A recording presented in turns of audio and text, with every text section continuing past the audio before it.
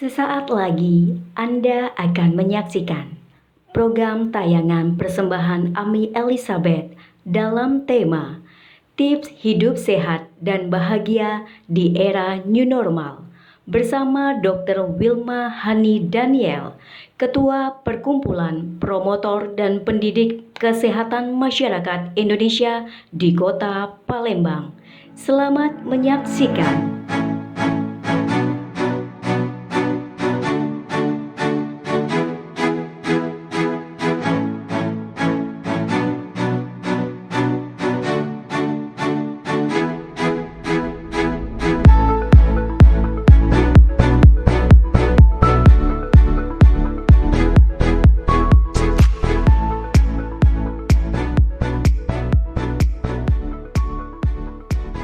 Kembali berjumpa bersama saya Ami Elizabeth dalam channel YouTube Ami Elizabeth.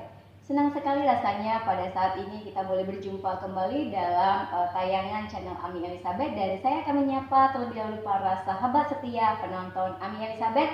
Apa kabarnya hari ini?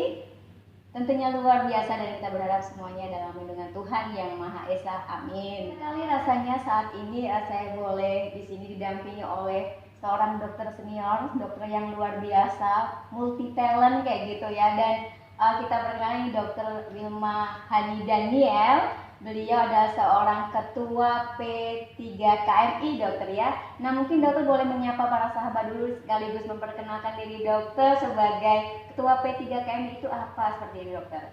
Baik, selamat sore semuanya para pemirsa di rumah. Salam kenal, saya Dr. Wilma Hani Daniel. Saya saat ini menjabat sebagai ketua P3KMI Kota Palembang. Mungkin banyak yang belum tahu ya, sahabat yang di rumah. P3KMI itu adalah perkumpulan promotor dan pendidik kesehatan masyarakat Indonesia. Wah, salam promotor dan ketua di Palembang, luar biasa. Salam sehat. Salam sehat. Salam sehat juga, dokter. Ya, luar biasa sekali boleh hadir saat ini seorang tamu yang luar biasa ya untuk kita. Dia adalah seorang Head of Marketing Division di Caritas Group. Ya, dokter ya. Mungkin dokter bisa bercerita berkecimpung di dunia health talk ini tadi, dokter.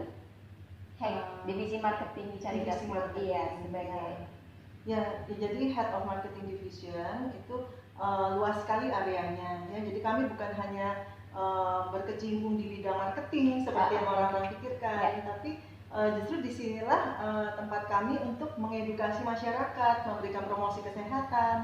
Maka itu tepat sekali kalau tadi P3KMI bergabung dengan Marketing Division. Iya, baik. Luar biasa ya tamu kita sore hari ini, dan mungkin kita akan memberikan beberapa pertanyaan sesuai dengan pertanyaan dari para sahabat ya, dokter ya. Mungkin pertanyaannya mengenai, karena kita saat ini mengambil tema tips hidup sehat dan bahagia di era new normal, maka saya akan bertanya, bagaimana sih dokter yang dinamakan hidup sehat dan bahagia di era new normal ini, dokter? Hidup sehat dan bahagia ya. Baik, kalau bicara soal sehat, mungkin banyak yang berpikir bahwa sehat itu masalah, oh berarti nggak ada penyakit ya gitu ya. Iya. Oh berarti nggak punya kelemahan, artinya sehat. Mungkin saya akan justru mengambil dari referensi WHO ya, karena kan kita acuannya pasti selalu ke Organisasi Kesehatan Internasional ya. Jadi justru pengertian sehat itu menurut WHO bukannya artinya kita nggak punya penyakit gitu. Artinya kalau mau dikatakan hidup itu sehat harus punya keseimbangan. Nah, keseimbangannya dalam hal apa? Ada 4 dimensi yang disebutkan WHO, yaitu yang pertama kesehatan dalam hal fisik. Kesehatan fisik. Iya. Kemudian yang kedua masalah psikologis atau mental health ya. Yang ketiga itu mengenai sosial. Iya. Dan yang keempat itu nanti masuknya ke ranah lingkungan. Iya. Jadi semuanya harus balance, dokter ya. Iya, semuanya harus balance. Itu baru definisi sehat dari WHO. Keseimbangan ya. Iya, berarti harus hidup seimbang seperti itu.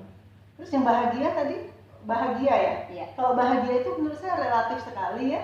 Banyak orang yang kadang pikir kalau kita punya uang banyak kita bahagia begitu ya. Iya. Ternyata nggak menjamin juga ya. Iya. Ada yang hidupnya mungkin malah mungkin pas-pasan atau dia prasejahtera tapi ternyata lebih bahagia daripada konglomerat. Nah, jadi bagaimana ya mendefinisikan bahagia itu nanti masuknya memang ke quality of life. Ya, kualitas hidup. Kalau orang itu memiliki hidup yang berkualitas, maka dia pasti akan bahagia. Oh. Ya, nanti kita bahas yang kualitas hidupnya nanti. Oke, baik, luar biasa sekali. Terima kasih buat pertanyaan pertama yang kita berikan kepada dokter. Dan saat ini kita akan memberikan pertanyaan yang berikutnya. Baik, tadi telah diuraikan oleh Dr. Wilma mengenai tentang tips hidup sehat dan bahagia. Dan saat ini pertanyaan berikutnya adalah bagaimana dokter ya untuk mencapai kualitas hidup yang berkualitas, maksudnya seperti itu dokter ya. Baik, seperti yang sudah dikatakan oleh WHO tadi, Ya. kan yang pertama itu dimensinya harus tercapai kualitas dalam hal fisik. Ya. Fisik itu artinya seseorang itu mampu melakukan kegiatan aktivitas sehari-hari, ya, semua organnya berfungsi secara optimal, dan dia bisa berfungsi membuat orang itu bisa beraktivitas secara mandiri. Ya, itu yang pertama, yang fisik ya. Mandiri ya. Ya, artinya bisa beraktivitas mandiri, walaupun mungkin dia bisa saja punya penyakit-penyakit kronis, tapi walaupun misalnya dia kena stroke, tapi dia masih bisa pakai baju sendiri, gitu.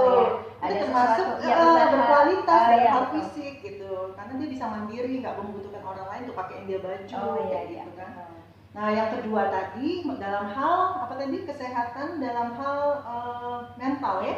Ya, mental atau psikologisnya. Nah, itu juga salah satu elemen dari kualitas hidup. Banyak orang saat ini berpikir bahwa sehat itu kan hanya badannya nih. Ternyata setiap hari dia depresi, dia ketakutan ya, karena di zaman-zaman pandemi ini kan tinggi sekali angka kecemasan ya. Masyarakat sudah banyak loh penelitian bahwa banyak sekali masyarakat kita yang depresi dan cemas di era ini, bukan hanya di Indonesia tapi seluruh dunia ya. Jadi kalau seseorang itu mampu mengatasi itu, dia memiliki tetap, walaupun di tengah pandemi dia pikirannya tetap damai, tetap tenang gitu ya, artinya dia sehat gitu, dan hidupnya berkualitas. Hidup tenang dan damai itu juga sehat. Pikirannya pokoknya nggak susah tidur deh gitu. Ya, bisa tidur dengan nyenyak gitu, walaupun padahal di sekitarnya orang banyak yang kena COVID gitu ya. Nah, salah satunya juga itu hubungan spiritual, masuk ke mental juga. Ya, jadi kalau kita punya hubungan spiritual yang baik dengan Sang Pencipta, ya itu kita sehat loh sebetulnya secara mental. Pasti, saya yakin sama Pencipta ya, karena kita kan tidak bisa terlepas dari yang sudah menciptakan kita ya. Disitulah letak kesehatan secara mental kita. Jadi hubungan spiritual dengan Yang Maha Kuasa. Yang ketiga tadi tentang apa?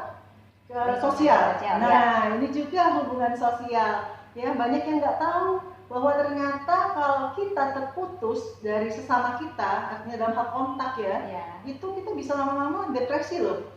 Pasti ya, orang-orang yang, makanya itu kenapa salah satu penyebab di zaman COVID ini banyak yang jadi stres, bahkan gila gitu ya, karena dia tidak bisa berkomunikasi, tidak bisa berkontak sosial dengan orang-orang sekitar, kan harus isolasi mandiri gitu ya, seperti di luar negeri sampai lockdown gitu.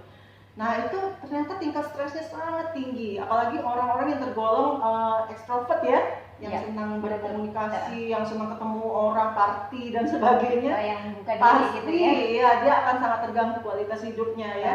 Maka itu sekarang nanti ada tips-tipsnya deh. Terakhir saya kasih tahu gimana caranya kita tetap bisa hubungan sosial dengan orang walaupun di tengah pandemi gitu ya. Nah, yang keempat itu mengenai lingkungan tadi ya, kesehatan dari aspek lingkungan. Maksudnya itu kita itu punya lingkungan yang nyaman nggak ya? Maksudnya suasana di rumah, mungkin orang-orang di sekitar kita, yang di rumah, keluarga kita gitu ya. Suasananya enak nggak sih membangun kayak kita bilang ambience ya, ambience itu artinya mood kita jadi naik gitu, membuat kita jadi enak banget di rumah gitu kan. Terus juga bisa juga lingkungan itu berhubungan dengan pernah nggak kita di tengah pandemi ini kita rekreasi gitu ya. Kita walaupun refreshing gitu ya. Iya, refreshing. Ya, banyak orang yang sudah nggak pernah refreshing lagi kan. Iya, kita ketakutan semua masuk dalam rumah, mengurung diri gitu. Akhirnya kekurangan waktu untuk relax, untuk refreshing. Kemudian apalagi di dalam rumahnya sendiri sudah chaos, kacau, berantakan. Waduh, itu udah nggak sehat dari segi lingkungan gitu. Baik, tadi telah dijawab oleh Dr. Wilma Daniel yang luar biasa sekali, dan tadi sepertinya dokter menjelaskan tentang sekalipun di tengah pandemi ini dokter ya, sekalipun pemerintah telah menetapkan adanya kayak PSBB gitu dokter ya, isolasi mandiri buat yang terpapar kontak dengan COVID-19, tapi kita masih bisa berkontak sosial dan menuju kesehatan kayak gini. Maksudnya dokter ini seperti apa contohnya dokter? Kita kasih ke sahabat kita. Oke, berarti saya mau sharing sedikit ya. Jadi beberapa waktu ini kebetulan Ami, saya kan sedang studi tentang kaum lansia ya. Ya. Karena kaum lansia itu kan salah satu bukan penderita, masih salah satu yang terdampak paling parah dari COVID-19. Oh iya betul. Iya, jadi ternyata di seluruh dunia itu lansia itu mengalami stres dan depresi yang sangat besar. Iya, karena terlebih kan karena mereka melihat wah sahabat-sahabatnya banyak yang akhirnya kena COVID, kemudian masuk ICU gitu ya. Kemudian di satu sisi juga mereka nggak bisa keluar rumah, harus isolasi di dalam rumah gitu ya. Karena kata pemerintah kan pokoknya lansia harus tinggal di dalam rumah gitu ya. Yang boleh keluar tuh hanya anak muda yang masih produktif ya gitu. Akhirnya banyak lansia sekarang stres loh, terus terang ya. Akhirnya kualitas hidupnya menurun. Banyak yang tadinya mungkin rajin olahraga, sekarang dia udah males gitu ya. Karena di dalam rumah mau ngapain gitu kan? Makannya dulu diet, dijaga, sekarang karena di dalam rumah kerjanya tiap hari buka kulkas gitu ya, makan terus sampai obesitas. Nah itu, jadi saya sebenarnya sangat concern dengan lansia ya, karena saya melihat dari banyak penelitian di seluruh dunia itu memang lansia ini sangat memprihatinkan sekali untuk saat ini, dalam segi mereka juga kesehatannya menurun, kemudian juga tingkat stresnya tinggi gitu ya, harus isolasi lagi gitu ya, vaksinasi malahan ini belum boleh lagi kadang-kadang kalau lansia itu vaksinasi juga masih prioritas yang kedua atau ketiga gitu ya. Nah jadi saya melihat bahwa kita memang harus membantu ya para lansia kita. Yang tadi Mbak Ami tanyakan bagaimana memiliki hidup yang berkualitas, bagaimana supaya kita tetap bisa berhubungan sosial dengan orang lain sehingga kita tetap sehat gitu kan. Nah itu saya sudah membuat satu program yang kami Caritas Group ini sudah punya satu program bahwa kami ingin membantu masyarakat khususnya lansia untuk mereka tetap bisa kontak sosial dengan sesamanya ya.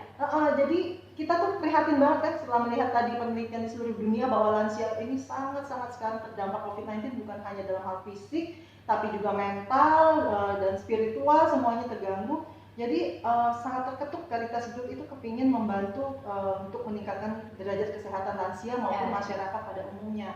Nah, kami rencananya mau menyediakan satu wadah di mana semua orang bisa berkumpul, ya, tapi itu tidak melanggar PSBB, gitu. Tidak melanggar prokes. Iya, tidak melanggar juga isolasi mandiri, gitu. Yang masih mau isolasi silakan, gitu ya.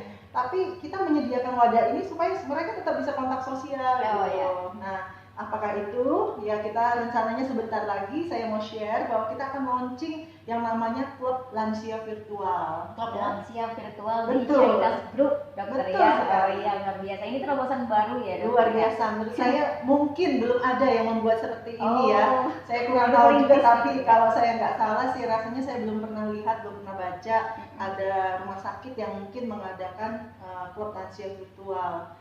Ya mungkin kalau klub-klub yang di luar ada sih saya pernah lihat, apalagi yang di luar negeri banyak ya, tapi untuk Indonesia bisa dihitung jari lah ya yang sudah mengadakan di era pandemi ini siapa yang sudah bikin klub virtual ya. Nah jadi di sana benar-benar kami kepengen sekali membantu para lansia kita maupun masyarakat Indonesia ya untuk mereka bisa tetap berhubungan sosial dengan sesamanya tapi melalui sarana virtual. Ya, jadi di sana nanti mereka bisa nyanyi bareng gitu ya. Bisa olahraganya pun bisa bareng juga gitu. Kita senam bareng gitu. Nah, nanti ada kalanya juga kita juga bisa sharing dengan teman-teman gitu kan. Jadi semuanya itu tidak melanggar PSBB. Tapi tetap kita bisa berkomunikasi dan berkontak secara sosial dengan virtual tadi dokter ya. Ini terobosan dan gebrakan baru dan ini sangat jarang kita jumpai dokter ya, dan Caritas Group ternyata bisa mengadakan ini semuanya. Luar biasa sekali para sahabat. Ini tadi sudah beberapa pertanyaan yang kita berikan kepada Dr. Wilma Daniel, seorang yang ahli multi talent bagi saya. Beliau ini multi talent, suaranya saja bagus kayak gitu ya. Ya para sahabat, dan saat ini adalah pertanyaan terakhir yang kita berikan kepada Dr. Wilma Daniel, yaitu sekarang ini kan kita di era pandemi ini dokter ya, itu hampir setiap hari, bukan hampir tapi setiap hari kita disuruh memakai masker apabila kita keluar seperti dokter ya, dan ini diharuskan sesuai dengan prokes. Nah, kita ingin memberitahukan mungkin tips bagaimana cara menggunakan dan melepaskan masker biar sahabat-sahabat kita juga tahu sesuai prosedurnya itu bagaimana dokter penggunaannya dan melepaskannya, kayak biar nanti tidak asumsi kita semuanya itu jadi benar kayak gitu ya, terbuka semua bagi para sahabat, begitu dokter. Baik, ya. Jadi tips-tipsnya ya, Iya. ini kebetulan saya bawa masker ya. Yang pertama, kalau kita mau mengenakan masker, itu kita harus perhatikan dulu yang mana bagian luar, mana bagian dalam ya. Karena seringkali saya lihat masyarakat itu keliru. Yang putih ini dianggap bahwa ini yang di luar karena sepertinya bersih gitu ya. Nah, yang biru ini malah di dalam gitu, kebalik. Jadi seharusnya yang bagian putih itu di dalam, yang bagian berwarna biasanya di luar ya. Nah, kemudian yang kita perhatikan juga bagian kawatnya di mana. Biasa kan sekarang masker harus punya kawat atasnya gitu ya. Ini bagian atasnya ini kawat. Itu tujuannya untuk nanti melekatkan pada batang hidung kita ya, supaya nggak gampang melorot gitu. Jadi kadang-kadang juga saya lihat terbalik, orang pakainya yang kawat justru di bawah gitu, nggak tahu fungsi ya. Iya. Makanya biar nanti kita tahu juga pada Iya, saat. benar. Jadi ini kalau mau memakai berarti kita usahakan memang tidak memegang bagian depan masker. Oh, ataupun jadi bagian karetnya dalam. dokter ya, bagian Iya. pinggirnya ini para sahabat Tali ya. atau karet inilah yang kita Iya. pegang kan. Misalnya, mohon maaf ya, saya terpaksa melepas. Iya, saya facial juga dulu melepas. ya. Tapi jarak kita sudah 1 meter Ya, ya, jarak jarak kita ada 1 meter, berjarak ya. jadi agak lumayan ya, risikonya lebih rendah. Nah, ini kita pakai, jadi yang bagian kawat di atas ya, kita kenakan. Itu harus menutupi seluruh hidung, pipi dan mulut. Ya, nggak boleh begini. No, banyak saya ketemu di mall-mall orang pakai begini. Jadi hidungnya masih kelihatan gitu. Padahal hidung inilah nanti menghisap virus-virus atau bahkan dia sendiri kalau dia corona dia akan bisa menularkan orang sekitarnya ya. Jadi semua harus tertutup ya. Nah, bagian hidung, pipi dan mulut ya sampai ke dagu. Tarik ininya sampai ke bawah. Iya. Ininya yang bagian batang hidung kita lekatkan ya supaya kita tarik dagunya ya, supaya ya. ini kawatnya ini kan jadi mengikuti bentuk muka kita gitu. Ya. Nah, ini cara memakainya ya. Ya. Bagaimana kalau saat makan? Coba. Nah, itu saya mau dokter. tanya kalau Ami gimana kalau saat makan? Kebanyakan memang mungkin kita sering salah dokter ya, kadang makan itu kadang cuma hanya di seperti ini gitu dokter ya, padahal kan sebenarnya itu salah kayak gitu, tapi mungkin dokter lebih bisa menjelaskan lebih secara prosedurnya kayak mana dokter? Iya, jadi sebetulnya saya pernah dapat tips ya dari PPI, Pencegahan Pengendalian Infeksi di Rumah Sakit Persahabatan. Itu mereka mengajarkan kalau kita makan ya, ini masker kan dilepas ya, nggak boleh taruh di bawah dagu begini. Karena Mungkin kumannya nempel dokter ya. Iya, sebetulnya kalau kita begini kan kita nggak tahu ini sudah ada virus ya, misalnya aja masker sudah ada virus, kita taruh di bawah dagu. Nah, nanti pas kita naikin lagi, jadi virusnya tadi kan bisa aja naik ke atas lagi. Apalagi tangan kita megang bagian depannya, jadi tidak boleh memegang bagian depan. Tidak boleh memegang bagian depan ya. Paling berbahaya karena depan ini kan kalau kita ada orang dekat kita corona ya paparannya di sini semua. Iya, gitu. betul. Ya. Jadi pada saat kita makan, kita lepaskan ya, ingat melepas itu selalu dari talinya. Jangan pegang bagian depan ya. Dari talinya sahabat Ya, dari kita tali. lepaskan itu dari bagian talinya. Kemudian masker ini bisa kita masukkan dalam talinya. Gitu. Ya, jadi jangan pegang bagian depan. Oke, baik dokter. Oke. Jadi seperti tadi ya para sahabat ya, cara menggunakan dan melepaskan masker. Mungkin kalau selama ini kita banyak sekali yang salah gitu dokter ya. Iya, Banyak yang lepasnya, salah. orang kebanyakan melepasnya yang salah. Iya. Jadi selalu pegang dari depan sini kan, langsung masukkan ke kotak sampah. Satu lagi juga nggak boleh masukkan masker ini di kantong baju, kadang dimasukkan dalam tas ya, masker bekas pakai loh ini. Kita kan nggak tahu sudah ada kuman atau virus di masker ini, kemudian banyak orang kalau lagi mau makan makanya dimasukin dalam tas gitu. Nanti setelah selesai makan dikeluarin lagi, akhirnya semua tasnya sudah terkontaminasi. Iya. Jadi memang itu tadi, memang kita harus masukkan dalam satu wadah yang disposable ya. Nah, kemudian kalau melepas ini kita mau buang itu juga jangan buang sembarangan. Ya, banyak orang kan kadang-kadang taruh-taruh aja gitu, nanti biar dia orang lain yang urus masker dia, bekas dia gitu.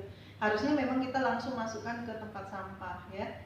Bahkan kalau di rumah sakit kami kotak sampahnya spesial warna kuning ya. Tempat sampah kuning untuk bahan infeksius ya.